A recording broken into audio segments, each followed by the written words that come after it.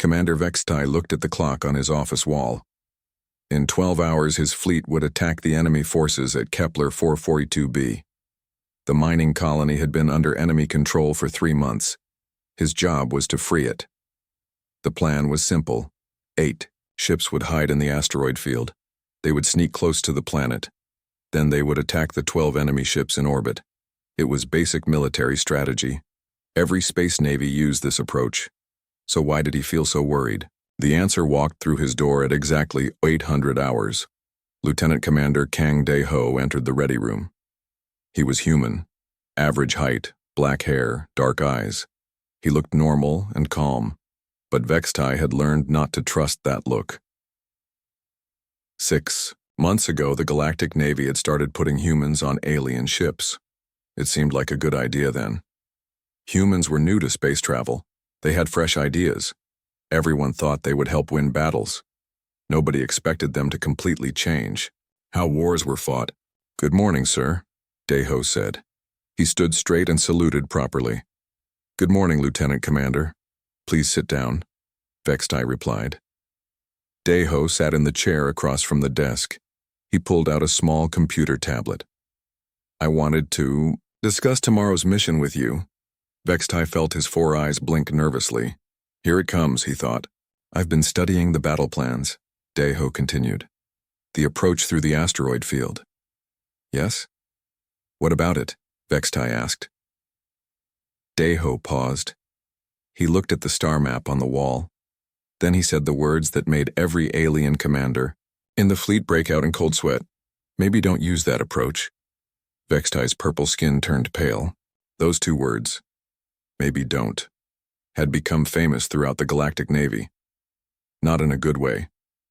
Every time a human said, "maybe don't," something impossible happened. Sometimes they won battles that should have been lost. Sometimes they destroyed enemy fleets with half the expected ships. Sometimes they solved problems that had puzzled military minds for centuries. And sometimes they created new problems that required lots of paperwork and apology letters to other governments. "Why not?" Vextai asked slowly. "Because they expect it," Dae-ho said simply. "The asteroid field gives us cover. That's good for hiding, but it's also obvious. Every military academy teaches this strategy." Dae-ho turned on his tablet. A hologram appeared above the desk. It showed the Kepler 442b system. Red dots marked the enemy ships. Blue dots showed Vextai's fleet. "The hegemony forces have been there for 3 months," Dae-ho explained. "They know we're coming. They've had plenty of time to prepare for a standard attack." Vextai stared at the hologram. The red dots were positioned perfectly to defend against an asteroid field attack. The enemy commander had done his homework. "So what do you suggest?" Vextai asked. Part of him really didn't want to know. Dae-ho smiled. It was that particular human smile that made experienced officers reach for their emergency medicine. "Maybe don't attack them in space at all." The door chimed. Ensign Park Soo-jin entered carrying a cup of coffee. She was the communications officer. Young, smart, and human. She took one look at Dae-ho's face and grinned. "Oh no," she said cheerfully. "Sir, are you planning something creative again?" "Just discussing strategy," Dae-ho replied innocently. Soo-jin had served with Dae-ho before humans joined the galactic community. She knew that innocent tone. It usually meant their enemies were about to have a very bad day.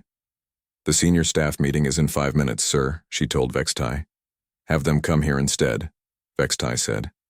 "I think we need to hear this plan." Soo-jin nodded and left. Vextai turned back to Dae-ho. "What do you mean, don't attack them in space?" "Well," Dae-ho said, "space combat follows rules. Both sides have ships with similar weapons and defenses. It becomes a matter of numbers and positioning. We have 8 ships. They have 12. Even with surprise, we might lose. That's why we need a good strategy," Vextai said. "Exactly. So, maybe don't play by their rules." The senior staff began arriving. Sub-Commander Kethvar came first. He was Altarian, tall, blue-skinned, with 6 arms. He had worked with humans before. When he saw Dae-ho standing by the hologram with that thoughtful expression, His skin turned pale blue. "Please tell me you're not planning to ignore physics again," Kethvar said weakly. "Physics is fine," Daeho said. "I just want to use it differently." Chief Engineer Liam Tai-sung entered next. He was an older human with gray hair and tired eyes. Behind him came Lieutenant Yoon Min-ji, the weapons officer. She was short and energetic, always looking for new ways to blow things up. Lieutenant. Commander Bae Hirin arrived last. She was the engineering officer carrying 3 tablets and looking excited. That worried Vextai. Excited human engineers were dangerous. "Thank you all for coming," Vextai said. "Commander Daeho has some ideas about tomorrow's mission." The alien officers looked nervous. The human officers leaned forward with interest. "The problem with space combat," Daeho began, "is that it happens in space. Empty space. No gravity wells, no atmosphere, no terrain to use as an advantage." He touched his tablet. The hologram zoomed in on the planet Kepler 442b. "But this planet has strong gravity, thick atmosphere, powerful magnetic fields. The enemy is using these things to power their orbital defenses." "And?" Vexatai prompted. "Maybe. Don't think of these as obstacles, think of them as weapons." Everyone stared at him, even the humans looked confused now. "Explain," Vextai said carefully. Daeho highlighted the enemy ships on the hologram. "They're in stable orbit, using the planet's magnetic field for power, relying on the gravity well to prevent easy escape routes for any survivors." He paused, dramatically. "But gravity works both ways. Objects fall toward the planet. The magnetic field can guide metallic objects. The atmosphere can be used for aerobraking." "What kind of objects?" Kethavar asked, though his voice suggested he already knew he wouldn't like the answer. "Ships," Daeho said simply. "Our ships." Silence filled the room. Everyone processed what the human had just suggested. "You want to crash our ships into the planet?" Vextai asked slowly. "Not into the planet, into their ships. But we use the planet's gravity and magnetic field to guide our ships like guided missiles." Yoon Minji's eyes lit up. "Turn our frigates into kinetic impactors. Strip away everything non-essential, overload the engines." "The math could work," Bae Hirin said, checking her tablets. "Atmospheric entry, controlled descent, impact with orbital target." "This is insane," Kethvar muttered. "Maybe," Daeho agreed. "But it's also unexpected. They can't defend against weapons they don't see coming." "What about the crews?" Vextai demanded. "Emergency evacuation pods," Daeho explained. "We evacuate everyone before atmospheric entry. The pods use gravity assist maneuvers around the moon. Rescue ships pick them up in the outer system." "How many ships would we sacrifice?" Vextai asked. 3 frigates, maybe 4 if we want to be thorough." Lim Tae-sung shook his head. "You want to turn military vessels into guided meteors." "Technically, they'd be artificial meteorites with fusion-powered guidance systems," Bae Hirin corrected. "That doesn't make it less crazy," Kethvar said. Daeho shrugged. "Maybe don't think of it as crazy. Think of it as creative problem-solving." Vextai looked around the room. The human officers were pulling out tablets and starting calculations. The alien officers looked like they were having panic attacks. This was exactly what he had feared when humans joined his crew. They didn't just suggest new tactics, they suggested tactics that completely ignored how space warfare was supposed to work. "Sir," Sujin said from the doorway, "I've been monitoring enemy communications. They're expecting a standard fleet engagement. Their ships are positioned for conventional combat." "See?" Daeho said. "They're not ready for unconventional combat." Vextai realized his career was about to become much more interesting, or much shorter. With humans, both outcomes were equally possible. "Very well," he said with a deep sigh. "Let's hear the complete plan. And someone get me the forms for updating my insurance policy." As Daeho began explaining the technical details, word spread through the ship. The humans were planning something. Again. Crew members started making bets on whether tomorrow would end in glorious victory or require extensive explaining to their superiors. With humans involved, both were likely to happen. 3 hours after the meeting, the Sovereign's Pride was buzzing with activity. Officers ran through the corridors carrying data tablets and engineering tools. The ship's communication system crackled with messages between departments. Commander, Vextai had made a terrible mistake. He had asked Deho to explain his plan in detail. Now the entire fleet was preparing to do something that no military force in galactic history had ever attempted. They were going to turn 3 perfectly good warships into guided missiles. In the main engineering bay, Chief Engineer Lim Tae-sung stared at the technical specifications on his screen. His coffee had gone cold an hour ago, but he was too shocked to notice. "You want to do what with the fusion cores?" he asked over the communication link. Lieutenant Commander Deho's voice came through clearly. "Not the main fusion cores, just the auxiliary power plants. We'll modify them to overload on command." "That's not how fusion cores work," Lim said slowly. "It is if we modify them correctly," replied Lieutenant Commander Bae Hee-rin from her engineering station. "I've run the calculations 3 times. The power surge will create a massive kinetic explosion on impact." Lim rubbed his temples. Working with humans was giving him headaches. "And you're sure the crews will be safe?" "Completely safe," Deho assured him. "The evacuation pods will launch before atmospheric entry. The automated guidance systems will handle the final approach." Lieutenant Yoon Minji's voice joined the conversation from the weapons department. "I've been looking at the escort frigates. If we strip the navigational shielding and reconfigure the hulls for atmospheric entry, they'll become perfect kinetic impactors." She paused, then added cheerfully, "This is either brilliant or completely insane." "Those aren't different things when humans are involved," muttered Sub-Commander Kethvar from the tactical station. Kethvar had served with humans on 2 previous missions. Both times he had needed medical treatment for stress-related conditions. His 6 arms were already showing signs of nervous twitching. The plan, as Deho had explained it, was both simple and terrifying. The 3 escort frigates would be stripped of all non-essential equipment. Their crews would evacuate to specially modified escape pods. The ships would then enter the planet's atmosphere at high speed, guided by the magnetic field toward the enemy fleet. At the moment of impact, the overloaded fusion cores would explode. The kinetic energy, plus the fusion explosion, would destroy any ship they hit.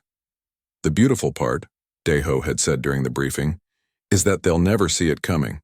No sane military force would sacrifice their own ships this way." That was the problem, Vextai thought. Humans weren't sane by galactic standards. On the bridge, Ensign Han Jiwoo was explaining the scientific details to anyone who would listen. He was the fleet science officer, young and enthusiastic about physics. "The planet's magnetic field is incredibly strong," he said, pointing to his readings. "The hegemony forces are using it to power their orbital defense grid. But that same field will guide our ships directly to their targets." "Like a giant magnet pulling metal objects toward it?" asked Ensign Park Soo-jin. "Exactly. The enemy ships are made of metal alloys that respond to magnetic fields. Our modified frigates will be guided right to them." Captain No Seong-woo listened to the conversation from his command chair aboard the frigate Resilient Dawn. His ship was one of the 3 selected for conversion to a kinetic impactor. He had volunteered for the mission when Deho called for volunteers. Most of the human crew had volunteered immediately.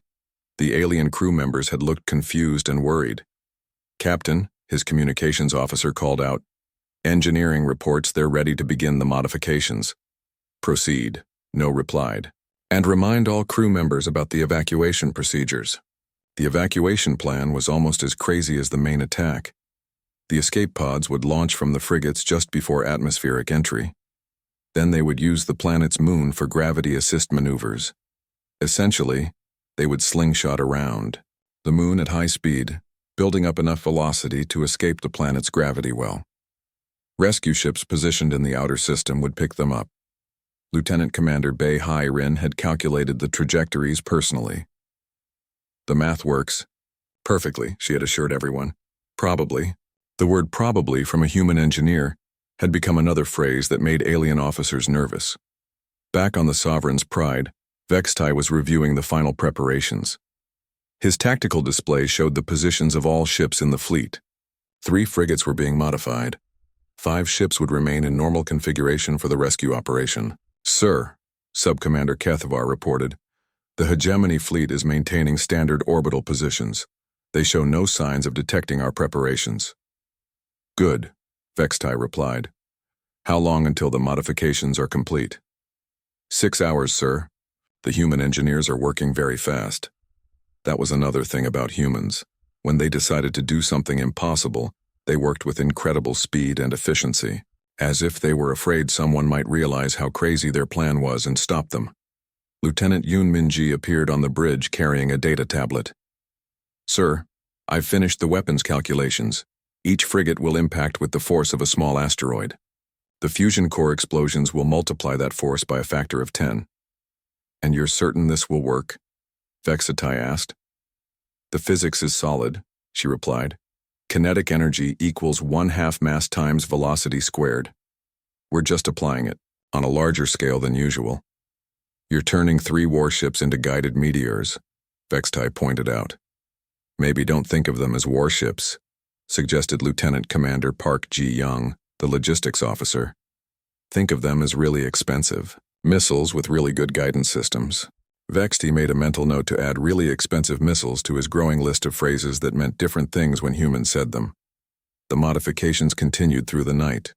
Human and alien engineers worked side by side, stripping equipment from the frigates and installing the new guidance systems. The most difficult part was programming the automated controls. Each ship needed to navigate through the atmosphere, avoid the planet's defense systems, and hit a moving target in orbit. It's like threading a needle while riding a roller coaster, Chief Engineer Lim explained to his team. During an earthquake, added Lieutenant Commander Bei Hai Rin.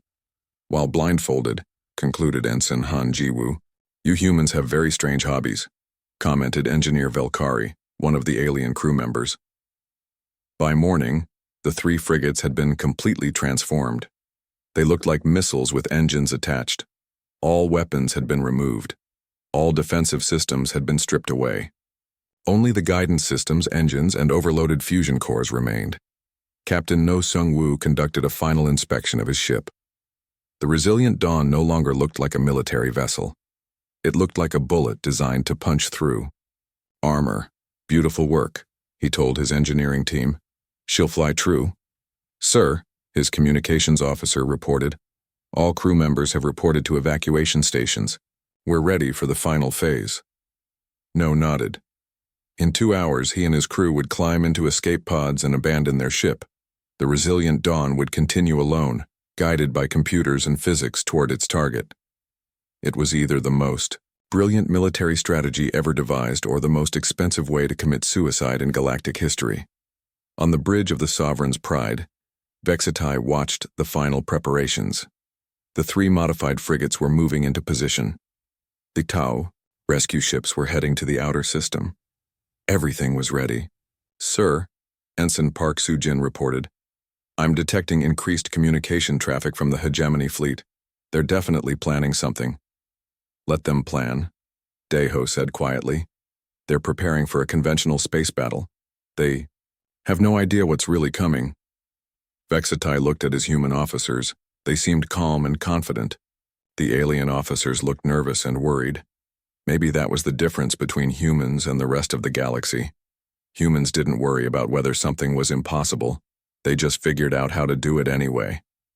All ships report ready, sir, Kethvar announced. Very well, Vextai said. Begin Operation Falling Star. The 3 frigates began their final approach to the planet. Behind them, their crews prepared to abandon ship and trust their lives to escape pods and orbital mechanics. It was the most insane military operation in galactic history. It was also about to change how wars were fought forever. Operation Falling Star began at exactly 0600 Galactic Standard Time. Captain No Sung-woo sat in the escape pod attached to the Resilient Dawn. Through the small window, he could see his ship's bridge. The lights were still on, but no one was there. The computer was flying the ship now. All crew members report ready for evacuation, announced Lieutenant Choi Yun-seo over the communication system. She was the ship's communications officer. Her voice was calm and professional. Roger that, No replied. Computer, Confirm final target coordinates. The ship's artificial intelligence responded in its flat, mechanical voice. Target confirmed. Hegemony cruiser dominant authority. Impact probability 92%. No smiled grimly. Those were good odds for such a crazy plan. Around him, his crew was strapped into their own escape pods. 37 people who had volunteered to abandon their ship and trust their lives to physics and mathematics. "Captain," called out engineer Kim Joo-hee from the pod next to his. "The guidance computer reports all systems green. We're committed to the attack run." "Understood. All pods prepare for emergency launch." The resilient dawn was now entering the planet's atmosphere. The hull was beginning to heat up as it pushed through the thick air. Soon, the ship would be moving too fast for the escape pods to launch safely. "Launch in 30 seconds, the computer announced. No looked out the window one more time. His ship had served him well for 5 years. It felt wrong to abandon her now, but if the plan worked, the resilient dawn would strike a blow that would be remembered for generations. "All pods launch now," he commanded. The escape pod shot away from the frigate like a bullet from a gun. No was pressed back into his seat by the acceleration. Through the window, he watched his ship continue toward the planet, growing smaller and smaller. The resilient dawn was now completely controlled by its computer systems. It would navigate through the atmosphere, avoid the planet's defense weapons, and strike the enemy cruiser with the force of a falling star. If everything went according to plan. On the bridge of the Sovereign's Pride, Commander Vextai watched the tactical display with fascination and terror. 3 blue dots were falling toward the planet. Behind them, smaller dots showed the escape pods flying away at high speed. "Impactor 1 is maintaining course," reported Sub-Commander Kethvar. "Atmospheric entry successful. The guidance system is responding normally."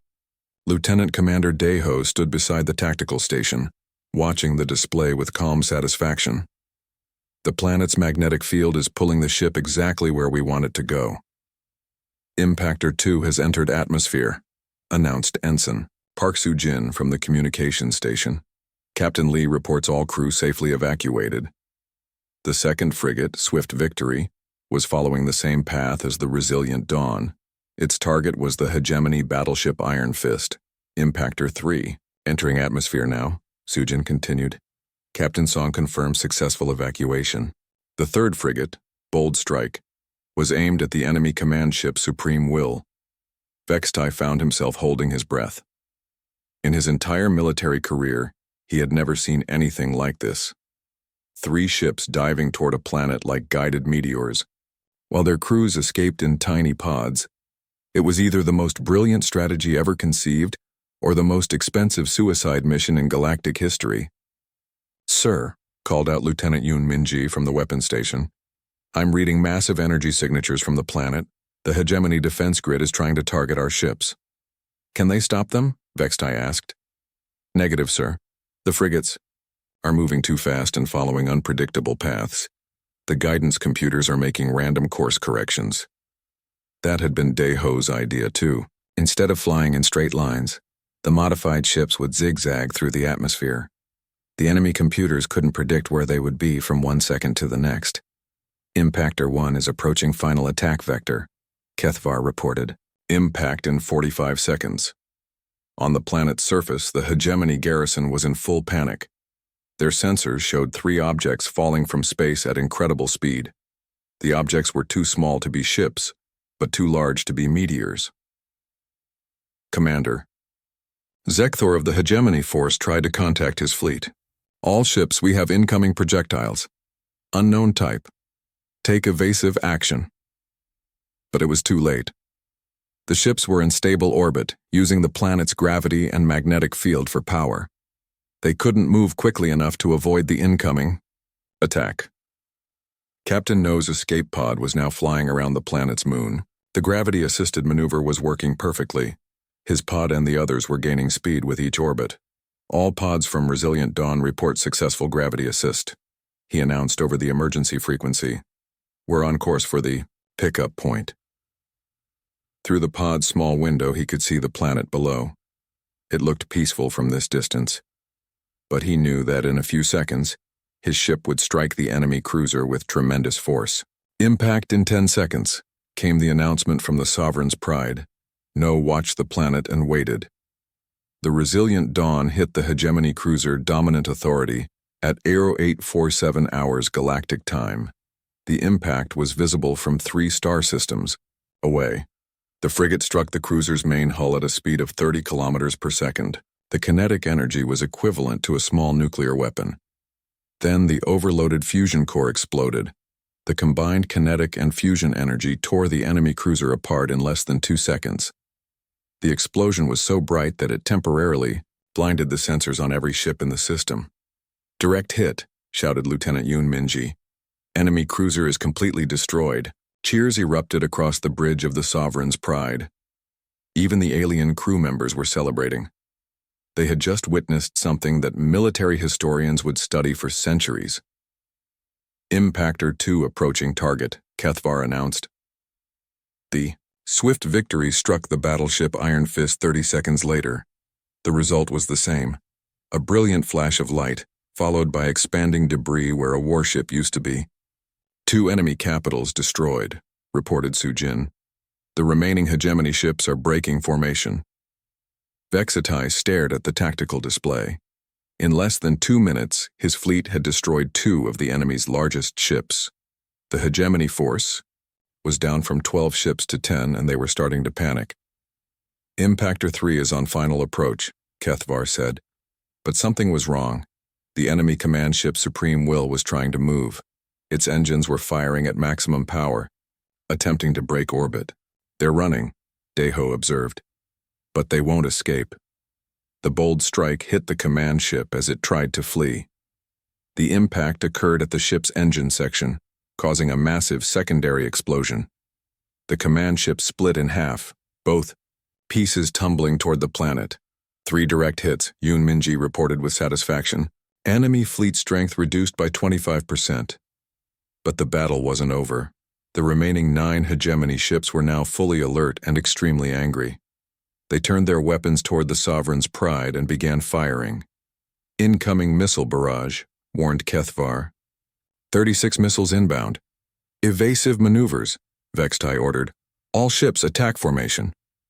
The conventional space battle was about to begin, but the humans had already changed the odds dramatically. Lieutenant Commander Bae Hyrin looked up from her engineering station with a satisfied smile. "Sir, all escape pods are safely away from the planet. Rescue ships report successful recovery operations." "Excellent news," Vextai replied. Then he turned to Daeho. "Your plan worked perfectly, Commander, but what do we do now?" Daeho studied the tactical display. The remaining enemy ships were angry, scared, and dangerous. They would fight hard to escape the system. "Now we finish the job," he said calmly. "But maybe don't expect them to fight conventionally. Desperate enemies do desperate things." Vextai realized that the easy part of the battle was over. The enemy had been surprised and reduced in numbers, but now they knew they were fighting humans. That made them much more dangerous. The real fight was just beginning. The battle for Kepler 442b lasted exactly 14 minutes from first impact to final surrender. It was the fastest military victory in recorded galactic history. Commander Vextai stood on the bridge of the Sovereign's Pride, staring at his tactical display in disbelief. Where 12 red enemy dots had been an hour ago, there were now only scattered debris fields and 3 surrendered ships. The remaining hegemony vessels had given up after watching 3 of their capital ships get destroyed by falling frigates. When the conventional space battle began, they quickly realized they were outmatched and outmaneuvered. "Sir," reported Sub-Commander Kethvar, "the enemy commander is requesting permission to discuss surrender terms." "Granted," Vextai replied. He was still trying to process what had just happened. Lieutenant Commander Daeho stood nearby, looking completely calm, as if turning warships into guided meteors was something he did every day. "Excellent work, Commander," Vextai said. "Your strategy was effective." "Thank you, sir. Just basic physics applied at scale." Basic physics. Vextai made another mental note for his growing list of phrases that meant different things when humans said them. The liberation of the mining colony took another 2 hours. The hegemony ground forces surrendered without a fight after seeing their fleet defeated so quickly. The miners were freed, the occupation was ended, and everyone was celebrating.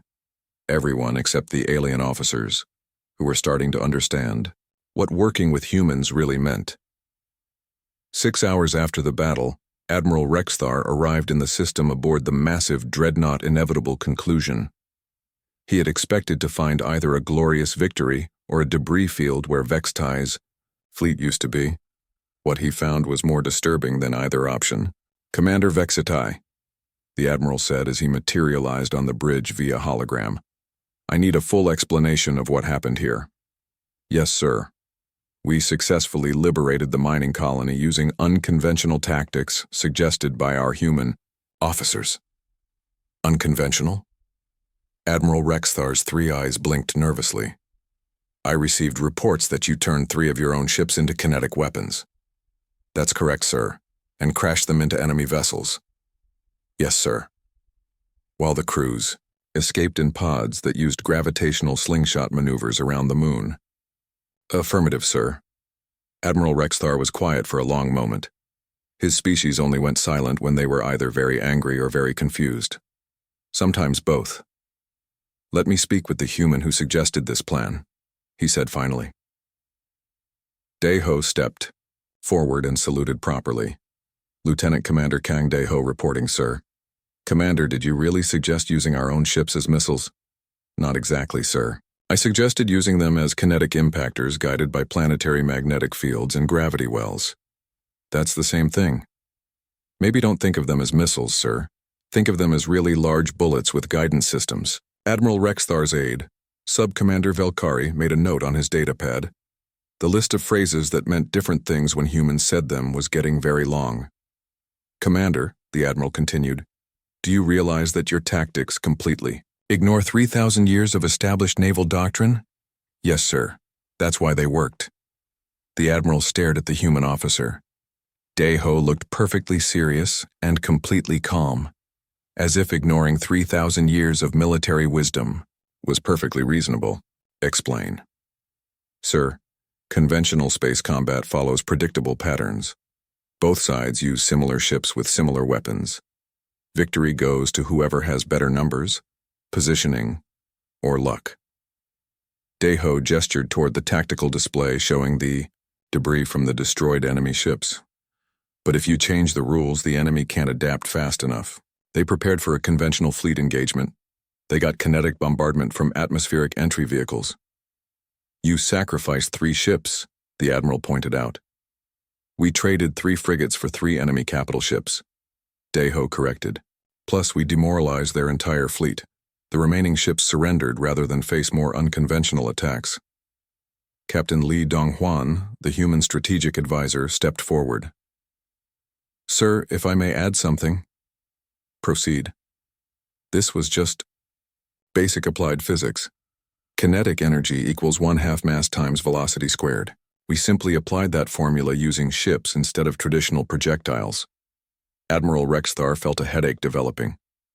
"You make it sound simple." "Physics is simple, sir. People make it complicated." The Admiral's aide whispered something in his ear. Rexthar nodded grimly. "Commander Vextai, I'm placing your entire crew under special observation. This battle will be studied by every military academy in the galaxy." "Understood, sir." "However, there's another problem. Intelligence reports suggest the hegemony has 17 more occupied systems. They'll be expecting conventional attacks." "Lieutenant." Commander Park Ji-young, the logistics officer, looked up from her datapad. "Maybe don't attack them conventionally then." There it was again. That phrase that made every experienced galactic officer reach for their emergency medications. "What are you suggesting?" Admiral Rexthar asked, though he was afraid to hear the answer. "Well, sir," Park said thoughtfully, "now that they know about kinetic impactors, they'll defend against atmospheric attacks, but they probably won't expect—" She paused, looking at her fellow human officers. They all had that expression again. The one that meant reality was about to become much more interesting. "Won't expect what?" the Admiral demanded. "Hyperspace. Ramming," Park said simply. The bridge went completely silent. Even the humans looked surprised by that suggestion. You want to ram ships at faster than light speeds? Kethvar asked weakly. Not ram exactly, Park explained. More like controlled, hyperspace emergence inside enemy formations. The spatial distortion would disable their ships without destroying them. Major Ku Sung Min, the intelligence officer, nodded approvingly. That would certainly be unexpected, and it would allow us to capture enemy vessels intact for interrogation. Interrogation? Admiral Rexthar asked. Yes, sir. We've developed some new techniques. They involve something called karaoke and really bad coffee. Very effective for getting information. The Admiral made a note to ask about those techniques later. He wasn't sure he wanted to know the details. Sir, interrupted Lieutenant Colonel Yoon Sang-ho. I've been analyzing the hegemony's deployment patterns. There's definitely a strategy we can exploit. How? They're following standard defensive doctrine, predictable ship positions, conventional, patrol routes, typical supply line management. Yoon paused and smiled that particular human smile that made alien officers nervous. My grandmother always said that when your enemy follows a pattern, you should break it. Admiral Rexthar had learned enough about humans to know that when they quoted their grandmothers, entire star systems were about to have very complicated days. Very well, he said with resignation. I'm authorizing expanded operations against hegemony forces, but I want detailed reports on every engagement. Yes, sir, Vextai replied. Will there be any restrictions on tactics? The Admiral looked around the bridge at the human officers. They all looked eager and ready to suggest more impossibilities. Just try not to accidentally start a revolution in military science, he said finally. We'll do our best, sir, Daeho replied, but maybe don't expect us to stick to conventional approaches. As Admiral Rexthar's hologram faded away, the bridge crew began planning their next move. The humans were already discussing hyperspace tactics, gravitational weapons, and something called psychological warfare through interpretive dance. Vextai realized his career had just become permanently interesting. Working with humans meant that boring, predictable battles were now impossible. He wasn't sure if that was good news or terrifying news. With humans, it was probably both. 3 months after the Kepler 442b incident, the Galactic Navy created the Human Advisory Protocol. It was a fancy name for maybe don't let them suggest anything without proper safeguards. The protocol lasted exactly 2 weeks. It was quietly retired after what became known as the Antares Station misunderstanding. Fleet Admiral Vorthak called an emergency meeting of the Naval High Command. The meeting was held on the neutral station Deep Space 7, far away from any planets that might be accidentally affected by human creativity. Present were the commanding officers who had the misfortune of serving alongside human crew members. Most of them showed signs of stress-related medical conditions. Gentlemen, Admiral Vorthak began, using the universal translator's closest approximation to his species' formal address. We need to discuss what my staff diplomatically calls the human situation. Commander Zekvar raised a trembling appendage. He had served with Lieutenant Commander Seo Ye-jin during the Antares incident. His fur had turned white in the 3 weeks since. Sir, the problem is that they don't understand. The word impossible, as he explained. When we tell them something can't be done, they hear it as a personal challenge. The Antares incident had started innocently enough. Lieutenant Commander Seo had been conducting a routine inspection of the station's defense systems. She had casually mentioned that maybe don't rely on the defense grid during her report. 4 hours later, she had somehow convinced the station's artificial intelligence to reconfigure the entire defense network into what she called a really big bug. Zapper. The modified defense grid had accidentally solved the hegemony's cloaking technology problem by frying every stealth ship within a light-year radius. It had also temporarily disrupted subspace communications across 3 sectors and caused spectacular aurora displays on 17 different planets. The official report, Commander Zekvar continued, states that Lieutenant Commander SEO was optimizing system efficiency. The unofficial report states that she was having fun with physics. Captain Wei Lan of the ship Diplomatic Immunity spoke next. His species normally had bright blue skin, but stress had turned him a sickly green color. My human engineering officer, Chief Petty Officer Oh Hyun-soo, told me yesterday that maybe don't worry about the antimatter containment field being a little unstable, he said. I haven't slept since. Maybe don't sleep, suggested Admiral Kesapral. She had recently returned from a joint operation with Colonel Shin Ju-won. I made that mistake once. Woke up to find that she had optimized our warp core. Optimized? How? Admiral Vorthak asked, though he was afraid to hear the answer. She connected it to the ship's coffee maker. We can now achieve faster-than-light speeds that technically don't exist according to physics. The coffee is also perfect every time. The assembled officers shared a moment of species-transcendent understanding. They had all learned that human suggestions were less advice and more prophecy of impossible events. The situation is getting worse, Admiral Vorthak continued. Last week, Captain Mordeth reported that his human executive officer had suggested, maybe don't use standard patrol routes. The next day, they captured an entire hegemony supply convoy, using what the humans called creative navigation.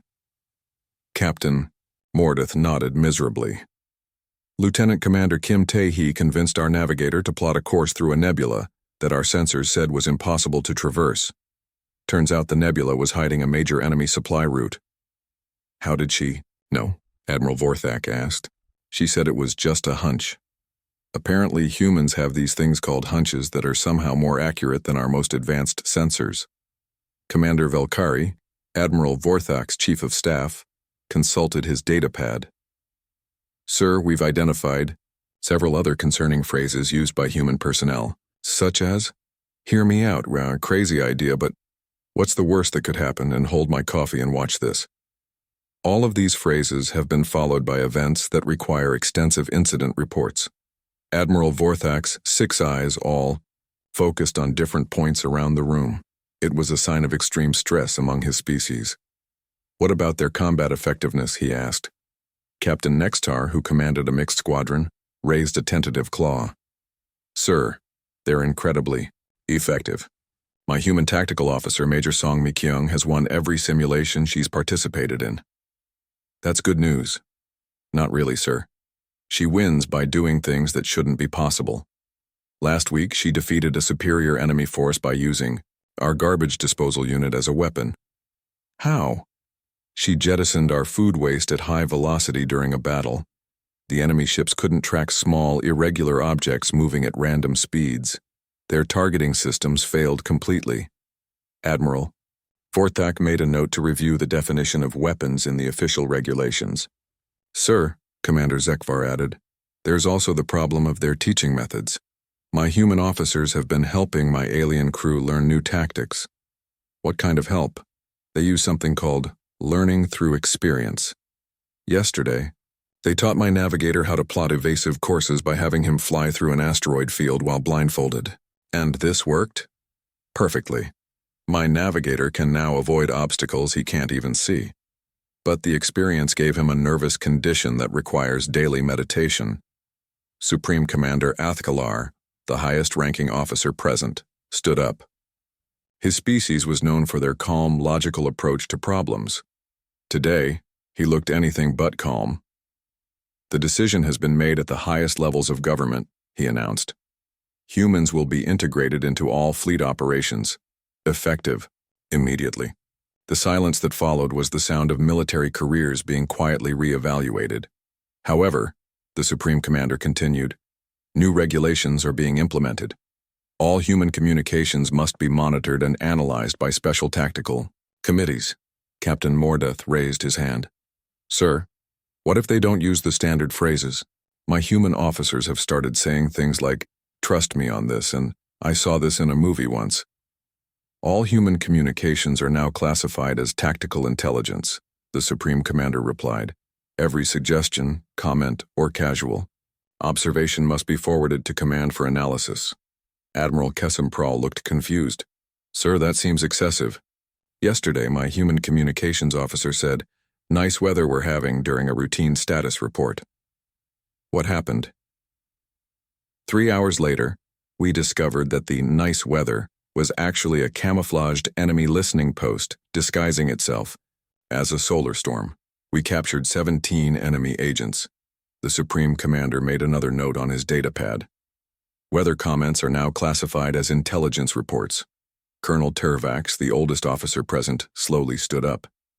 He had served in the military for over 40 years and had seen many changes in naval warfare. "Sir, with respect, I think we're approaching this wrong," he said. "Explain. Maybe don't try to control the humans. Maybe try to understand them." The room went quiet. An alien officer had just used the humans' most famous phrase. "You see," Colonel Tervax continued, "humans don't follow our logic because they don't think like us. They see problems differently.